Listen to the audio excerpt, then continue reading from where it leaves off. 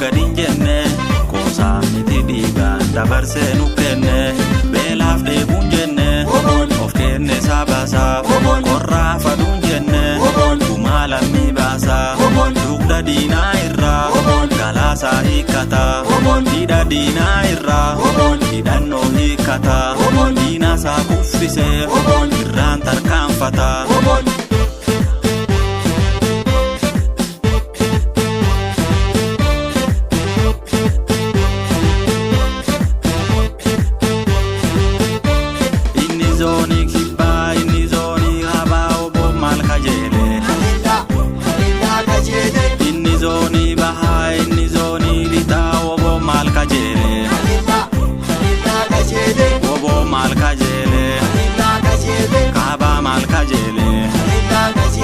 Dibba malka jele, baha malka jele, dita malka jele, uji koran arra, hararge farsira, jawa karra yura, wallo walagarra, imma filura, matakali fraya, finfinne dirrera.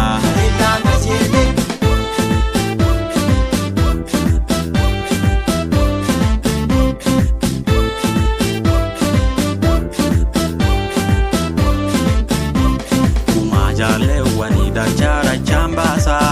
olole hundarra lukele harjasa kabwe harkarra kopin ke dudarra kama fajane finfinne walgarra kabwe harkarra kopin ke dudarra kama fajane finfinne walgarra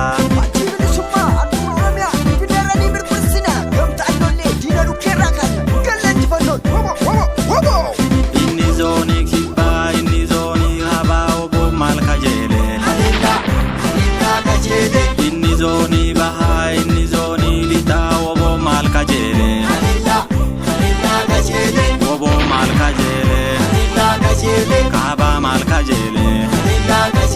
dibba malka jele, baha malka jele, dita malka jele, uji koran arra, hararge farsira, jawa karra yura,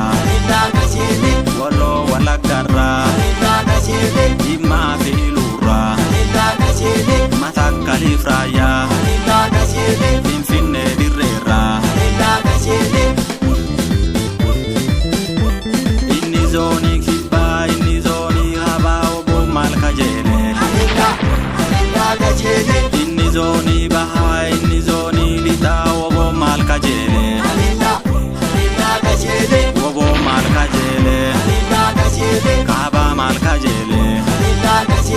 kibba malka jele, baha malka jele, dita malka jele, uji koran arra, hararge farsira, jawa karra yura, wallo walagarra, imma